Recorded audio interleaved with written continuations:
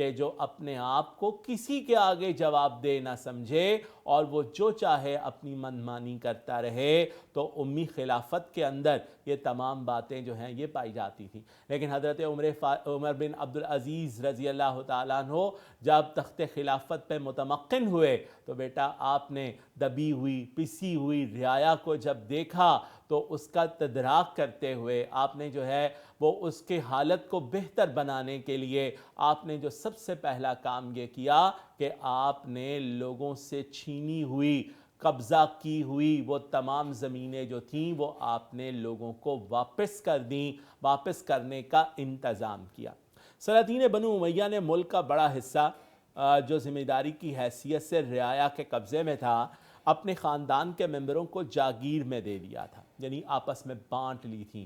رعایا کے قبضے میں ہونا چاہیے تھا کہ رعایا جو ہے وہ خوشحال رہے، وہ اس کے اوپر جو ہے وہ ذمہ دار جو ہے وہ اس کے اوپر کاشتکاری کریں، لیکن انہوں نے اپنے لوگوں کو جو ہے وہ بانٹ دیا۔ جس طرح سلاطین تیموریہ کے زمانے میں بڑے بڑے صوبوں کو شہزادوں کی جاگیر میں دے دیا جاتا تھا۔ اب اگلا پوائنٹ ہے سلاطین تیموریہ، اس کے اندر جو ہے وہ آپ نے تشریح کرنی ہے۔ سلاطین تیموریہ امیر تیمور سے جو ہے وہ ان کا سلسلہ جو تھا وہ شروع ہوا، چنگیز خان سے جو ہے وہ چلتا ہے، اور بیٹے صحرائے گوبی کے یہ رہنے والے تھے، اور منگولوں کی بگڑی ہوئی شکل جو ہے وہ مغل یا تیموری خاندان جو ہے وہ کہلاتا ہے۔ لہٰذا انہوں نے بھی بیٹا یہی کیا کہ انہوں نے اپنی تمام جاگیر کو اپنے تمام شہزادوں کے اندر جو ہے وہ تقسیم کر دیا، تاکہ شہزادے جو ہیں وہ وہاں اپنی من مانی کرتے پھریں یا عیش و عشرت کی زندگی جو ہے وہ بسر کریں، اور انہیں کسی قسم کا کوئی روک ٹوک جو ہے وہ وہاں پر نہ ہو۔ بالکل اسی طرح سلاطین امیہ نے بھی اپنے لوگوں کے اندر ان تمام جاگیروں کو جو ہے وہ تقسیم کر دیا تھا تاکہ رعایا کو جو ہے وہ دبا کر رکھا جا سکے۔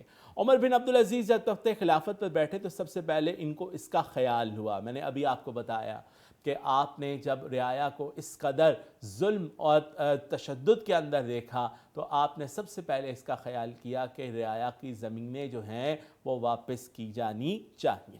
ٹھیک ہے بیٹا، کیا ہے کہ ایسا کرنا تمام خاندان خلافت کو دشمن بنا لینا تھا۔ کیوں بیٹا؟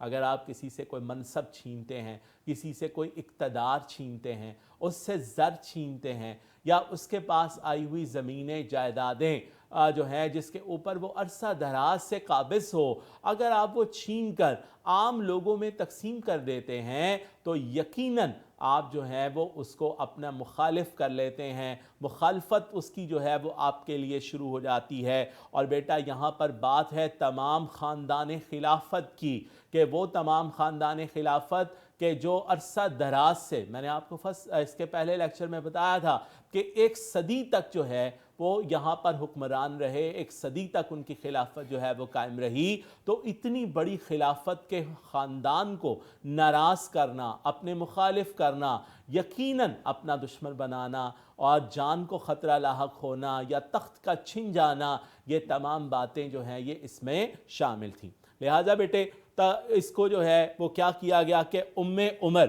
حضرت عمر بن عبدالعزیز رضی اللہ تعالیٰ عنہ کی جو ہے وہ پھوپھی تھیں، تو خاندان خلافت نے عمر کو سفیر مقرر کر کے حضرت عمر بن عبدالعزیز کے پاس جو ہے وہ بھیجا تاکہ وہ ان کاروائیوں سے جو ہے وہ باز آئیں۔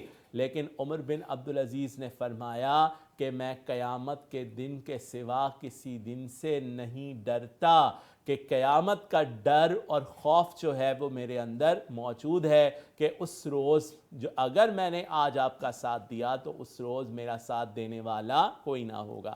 لہذا بیٹے آپ نے جاگیروں کو واپس کیا، اور واپس کرنے کے لیے صرف جو ہے وہ اپنے خاندان کی جاگیروں کو آپ نے واپس نہیں کیا، بلکہ سب سے پہلے احتساب کا عمل اپنے گھر سے شروع کیا کہ آپ کے اپنے پاس جو جاگیریں تھیں آپ نے سب سے پہلے ان جاگیروں سے دستبرداری اختیار کی اور انہیں لوگوں میں واپس تقسیم کر دیا۔ ٹھیک ہے، تاہم انہوں نے اس کی کچھ پرواہ نہ کی کہ اگر خاندان خلافت جو ہے وہ دشمن ہوتا ہے، انہیں تخت سے الگ کرتا ہے یا ان کی جان لے لیتا ہے، تو انہیں اس کی کچھ پرواہ نہیں، انہیں صرف پرواہ اس بات کی ہے کہ انہوں نے جو ہے وہ عدل و انصاف کو قائم کرنا ہے. لہٰذا یہ اس کے اندر جو ہے وہ بیٹا بات ہے. آپ کوٹیشن جو ہے وہ اس کے اندر لکھ سکتے ہیں کہ بادشاہ کے کرندوں کے ظلم کی باز پرس بھی بادشاہ سے ہوگی.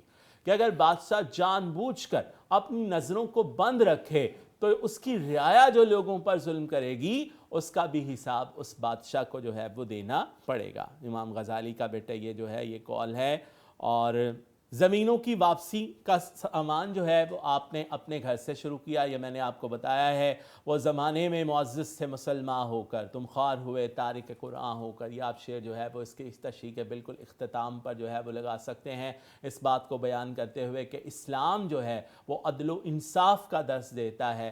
میں نے لاسٹ لیکچر میں بھی آپ کو بتایا تھا قرآن کہتا ہے وَقُولُوا قَوْلًا سَدِيدًا کہو سیدھی بات. اسلام کہتا ہے کہ خدا کے لیے سچی گواہی دینے والے بنے رہو کہ چاہے وہ گواہی جو ہے وہ تمہارے اپنے خلاف ہی کیوں نہ ہو. اور عدل و انصاف کا ان اللہ یامر بالعدل والاحسان بے شک اللہ عدل و انصاف کا اور احسان کرنے کا جو ہے وہ حکم دیتا ہے. تو اسلام کا جو حکم ہے وہ یہی ہے. ٹھیک ہے. جاگیر جائیداد اور جاگیر خلافت اور بادشاہت یہ بیٹا 2 پوائنٹ اس کے اندر اور بھی کلیئر کیے جا سکتے ہیں. اور میں نے آپ کو ان کو بارے میں پہلے ہی بتا دیا تھا کہ جاگیر جو مقبوضہ ہو جس پر قبضہ کیا گیا ہو اور جائیداد وہ جو خریدی گئی ہو. خلافت جس میں عوام کی خدمت کے لیے خود کو معمور کیا گیا ہو. اور بادشاہت جس میں جبر اور ظلم کا بازار جو ہے وہ گرم کیا جاتا. اے اولاد آدم کیا ہمارا یہ عہد نہیں کہ خواہ تم پر کچھ بھی گزرے تم بدی کے سامنے نہیں جھکو گے. یہ آیت کریمہ ہے. کوٹیشن کے طور پر آپ اس کی تشریح کے درمیان جہاں پوائنٹ آپ کلیئر کریں گے وہاں پر آپ لکھ سکتے ہیں. آخری پوائنٹ تھا انہوں نے کہا کہ انہوں نے اس کی کچھ پرواہ نہ کی تو وہاں پر یہ آیت کریمہ جو ہے وہ ایز اے کوٹیشن آپ لگا سکتے ہیں. ٹھیک ہے بیٹا. عمر کی بات جو ہے وہ ہم نے کی. عمر جب جو ہے وہ ناکام واپس آئیں تو آپ نے آ کے ارشاد فرمایا کہ تم نے عمر فاروق کی پوتی سے رشتہ جوڑا تھا. وہی لہو وہی فاروق کی رنگ اولاد میں ہے کہ جس طرح حضرت عمر قیامت کے دن کے سوا کسی دن سے نہیں ڈرے اسی طرح حضرت عمر بن عبدالعزیز بھی کسی دن سے نہیں ڈرتے. نیکسٹ پیراگراف بیٹا 30واں پیراگراف ہے جو ہے وہ ہمارا اس سبق کا اہم پیراگراف جو کہ بورڈ پوائنٹ آف ویو سے بہت اہم ہے. پڑھتے ہیں کہ کیا ہے. عمر بن عبدالعزیز نے اپنے غلام سے جن کا نام مزاحم تھا اور جن کو وہ بہت مانتے تھے کہا کہ لوگوں نے جو زمینیں ہم کو دیں نہ وہ اس کے دینے کے مجاز تھے نہ ہم کو ان کے لینے کا حق تھا. ٹھیک ہے. پہلی بات جاگیریں جو حضرت عمر بن عبدالعزیز کو بھی اپنی خاندانی وراثت کے اندر جو ہے وہ ملی تھی. ابھی ہم نے پچھلے پیراگراف کے اندر یہ پڑھا تھا کہ خاندان بنو امیہ نے جو ہے وہ تیموری خاندان کی طرح صوبے یا ملک کے بڑے حصے کو جاگیر کے طور پر اپنے لوگوں میں تقسیم کر دیا تھا. اور وہ جاگیریں جو ہیں وہ وراثت کے اندر آگے آگے چلتی چلی آ رہی تھیں اور وہی وراثتیں حضرت عمر بن عبدالعزیز کے پاس بھی تھیں. تو یمن اور یمامہ 2 بڑے امیر ممالک ہیں. یمن اور یمامہ یہاں موتیوں کی تجارت ہوتی ہے. اس قدر امیر جو ہیں یہ ملک ہیں. بیٹا جاگیریں اگر زمینیں کسی امیر ممالک کے اندر ہوں تو لوگ ان زمینوں سے کبھی بھی دستبردار نہیں ہوتے. لیکن حضرت عمر بن عبدالعزیز نے اس کی کچھ پرواہ نہ کی اور یمن اور یمامہ کی زمینوں سے بھی دستبردار ہونے کا فیصلہ کر لیا. لیکن انہوں نے کیا کیا بیٹا کہ مزاحم جو کہ ان کا غلام تھا اس سے سب سے پہلے جو ہے وہ مشورہ کیا. مشورہ کرنا سنت ہے.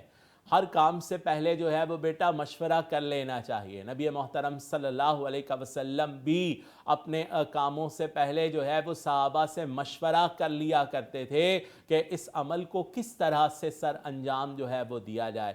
حضرت عمر فاروق رضی اللہ تعالیٰ عنہ کے بارے میں بھی ہے کہ حضرت عمر فاروق رضی اللہ تعالیٰ عنہ اپنے دور حکومت کے اندر جب کسی معاملے پر عمل درآمد چاہتے تھے تو اس کے لیے مجلس سے شورا بلائی جاتی تھی. مجلس مجلس جو ہے وہ بلائی جاتی تھی. اگر کوئی خاص عمل ہوتا تھا, خاص منصوبہ جو ہے وہ بنانا ہوتا تھا, تو اس کے لیے مجلس عام ہوتی تھی, یعنی ہر کوئی اس مجلس میں شرکت کر سکتا تھا. اور اگر کوئی عام معاملہ ہوتا تھا تو اس کے لیے مجلس خاص ہوتی تھی کہ چند افراد کو جو ہے وہ اس میں مشورے کے لیے بلایا جاتا تھا. اسی لیے حضرت عمر بن عبدالعزیز نے بھی اسی طریقے کو جو ہے وہ اپنایا, اسی لیے آپ کو مذہبی اعتبار سے عمر ثانی بھی کہا جاتا ہے کہ آپ نے اسی دور کی یاد کو جو ہے وہ تازہ کیا ہے. تو مشورہ کیا. یہاں پر مزاحم, جو ان کا غلام تھا بیٹا, غلام سے مشورہ اکثر اوقات نہیں کیا جاتا.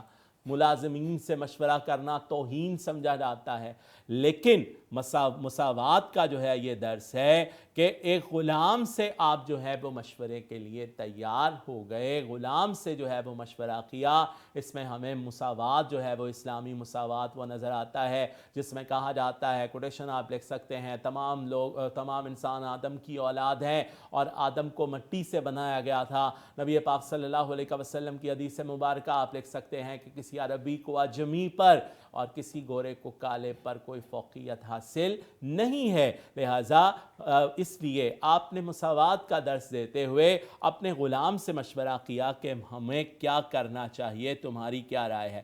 مزاحم نے کہا, امیر المومنین آپ کو یہ بھی معلوم ہے کہ آپ کے بال بچے کتنے ہیں, اولاد, ٹھیک ہے, اور مشورہ کرنا اور مساواتی مشورہ کہ ہر ایک سے جو ہے وہ مشورہ جو ہے وہ کر لینا, یہ بیٹے اصلی جمہوریت ہے. جمہوریت کسے کہتے ہیں کہ جس میں خلیفہ عوام کے سامنے جواب دے ہو, ہر امر جمہور سے یعنی عوام سے پوچھ کر جو ہے وہ ہر امر جو ہے وہ عمل میں لایا جائے. اسے اصلی جمہوریت کا جو ہے وہ نام دیا جاتا ہے.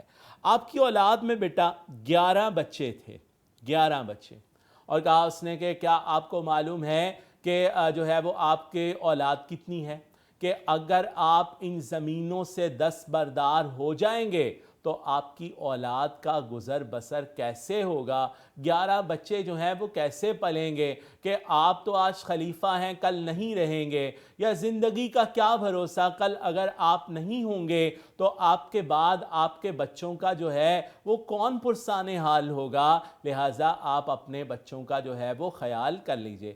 بیٹے اولاد جو ہے وہ آزمائش ہے. قرآن کریم کی آیت نیچے لکھی ہوئی ہے, تمہارا مال اور اولاد بڑی آزمائش ہے, کہ بڑی آزمائش جو ہے وہ اللہ تعالیٰ نے بیان کی ہے کہ اولاد کی خاطر انسان جو ہے وہ ہر طرح کا کام کر جاتا ہے. کوئی کام جو ہے وہ ناجائز بھی ہو لیکن اولاد کی خاطر وہ اس ناجائز کام کو بھی کر گزرتا ہے, کہ یہ جو ہے اسی لیے اللہ تعالیٰ نے اس کو جو ہے وہ ایک آزمائش جو ہے وہ کہا ہے. بیٹا حضرت عمر بن عبدالعزیز نے کیا کہا, ان کا مالک خدا ہے. آپ کے آنسو نکل آئے اور کہا کہ ان کا مالک خدا ہے, یعنی اولاد کو خدا کے حوالے کر دیا, اور جسے خدا کے حوالے کر دیا جائے بیٹا پھر اللہ تعالیٰ ان کو تنہا نہیں چھوڑتا. حضرت عمر بن عبدالعزیز کی معاشی حالت بیٹا ایسی تھی کہ ایک مرتبہ آپ جو ہیں وہ عید پر, یا آپ کے پاس جو ہے وہ پیسے نہیں تھے, بیت المال سے آپ اپنی تنخواہ ایڈوانس لینے کے لیے گئے, کہ ایسا آپ کا معاشی حالت تھی کہ بیت المال سے ایڈوانس لینے کا جو ہے وہ آپ نے سوچا, لیکن اس بیت المال کے افسر نے یہ کرنے سے انکار کر دیا. کہا کہ پہلے آپ اس بات کی گارنٹی دیں کہ آپ اگلے ماہ تک زندہ رہیں گے, یعنی اس کی کوئی گارنٹی نہیں کہ آپ اگلے مہینے تک زندہ رہ کر یہ تنخواہ جو ہے یہ واپس کر دیں گے.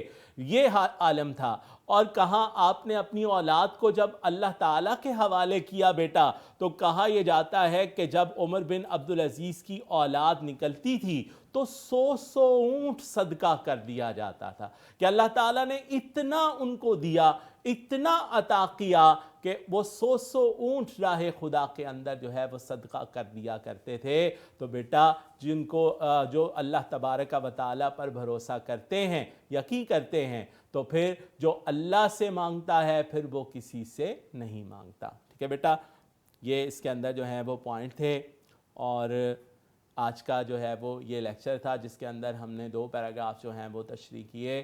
باقی کے 2-3 پیراگراف ہم اپنے اگلے لیکچر میں تشریح کریں گے. امید ہے کہ آپ کو ان کی تشریح جو ہے وہ سمجھ آئی ہوگی. اگلے لیکچر تک کے لیے اجازت دیجیے۔ السلام علیکم ورحمۃ اللہ وبرکاتہ۔